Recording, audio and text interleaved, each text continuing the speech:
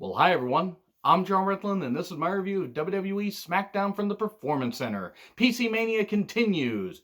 More creative title would be happening, except I just really can't think of anything else. But honestly, I hope every single staff member, roster member, anybody working at the Performance Center doing this to provide the best entertainment possible, they get home safely, they get to the Performance Center safely, and that everybody stays safe and sound. And that goes for everybody that's watching this video, all your families and friends.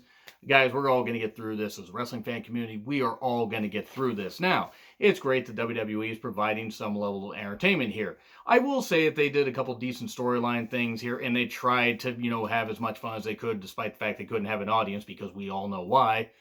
But yeah, it was what it was. I'm not going to grade the show, but I'm just going to say the show was okay. It was okay, but at least it had some fun moments. We have Cole welcoming us, and here's Mojo in one of the loudest suits possible, and he introduces Gronk, but then he starts spanking Michael Cole, which is really weird. Mojo does, not Gronk. Gronk comes out doing the Alex Wright dance. It's Das WunderGronk. And if you know who Alex Wright is, congratulations. You like old school or older WCW as much as I do, even though he didn't come around until 94. So really wasn't that much older. But anyway, I don't know why he was doing the weird dance. I don't know what the music was. He was fired up. At least he seemed happy. He's happy to host WrestleMania over multiple locations. It's going to be so bizarre to see what they do with WrestleMania because of all the stuff going on. But anyway, at least he seemed to be having fun. Same with Mojo. Here's Corbin doing his typical shtick. Then Elias shows up and Corbin says, "What are you, stalking me? What the hell are you doing?" And Elias says, "Off with your, it's going to be off with your head." So apparently Elias is from Alice in Wonderland, and he is going to take Corbin's head off with the guitar. I don't know how. And then they do, Mojo and Gronk do the old frat boy thing where one gets behind the other and then pushes Corbin over. Okay, cool, whatever. It was what it was. And we're getting Elias versus Corbin at Mania because Gronk is a host and he advocates for it. So we're going to have Gronk versus Lesnar at SummerSlam with the advocating going on. So we get Gulak and Daniel Bryan versus Cesaro and Nakamura based on all the stuff that's been happening, like based off the mutual respect that Gulak and Bryan have, and the fact that Sami Zayn and his group need opponents. Zayn joins commentary, cuts down everybody, even cuts down Michael Cole, seems to be having fun. There was some good wrestling, good work by Cesaro and Nakamura, and it ends with a sunset flip where Bryan pinned Cesaro, but Zayn kept saying he's not the legal man, he's not the legal man. So, okay, that's an out. We go backstage where Bryan and Gulak are deep stretching with each other. Have fun unseeing that.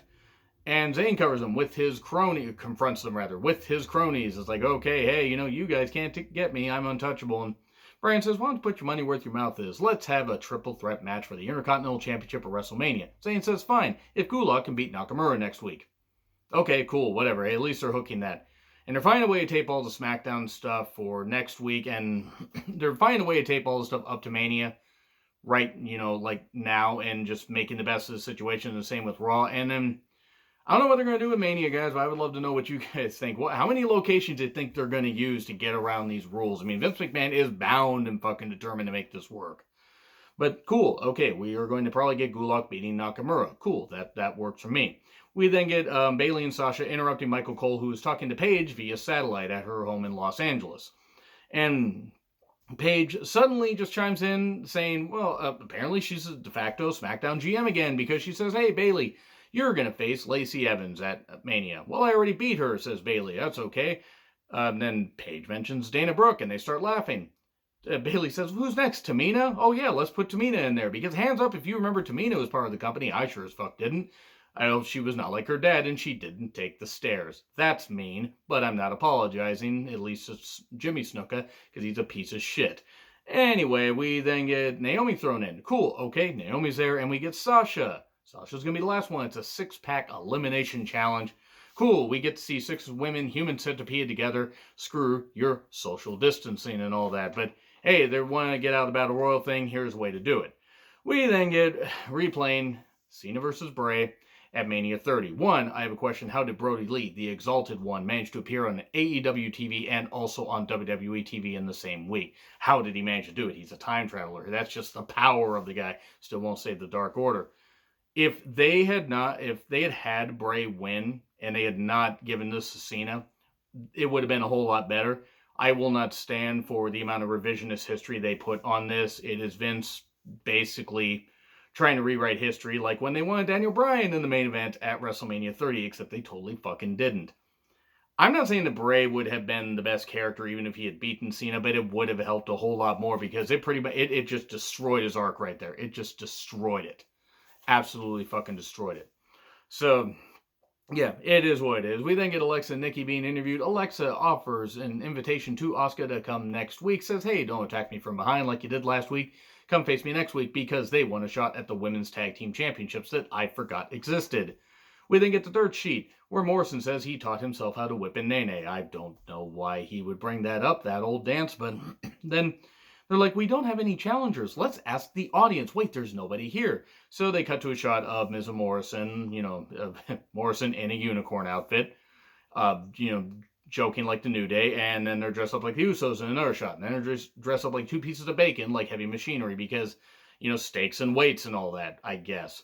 But there we go. We get them having some entertaining shtick. It was what it was, and Heavy Machinery shows up, and we get this tag team match.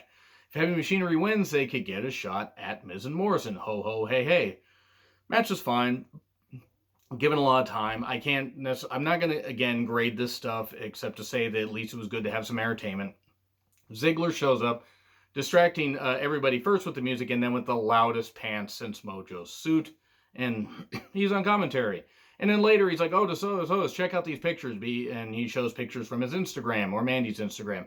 Apparently, her and Ziggler are dating. Whatever. It's the most relevant that Ziggler's been in a number of years. But Otis gets upset and just destroys everybody. Grabs a chair, beats the shit out of Miz and Morrison. Ho, ho, hey, hey, ow, it's a DQ. And then that's the end of that. And okay, cool. We're still pushing this whole Otis Ziggler thing in a storyline I don't care about, but whatever. I know there are people that like it. We then get Goldberg and Reigns. Contract signing. The amount of people that Goldberg didn't injure in his career matches the audience number, meaning 0. He injured everybody that he got in the ring with, is what I'm saying, or at least according to Bret Hart. I mean, it's a little bit of a joke. So they talk and everything. Reigns does a promo. Goldberg does a promo talking about headbutting doors, and then basically they sign the contract and flip the table over, and they stare each other down. Ooh, Battle of the Spears, the big dog.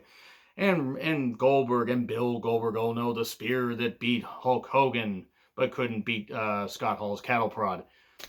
It was okay. It was a decent show. I'm not gonna necessarily say anything bad, but that's basically about it. So let me know what you guys think in the comments. Like, share, subscribe. Twitter handle in the description. I'm John Ritland. I'll see you soon.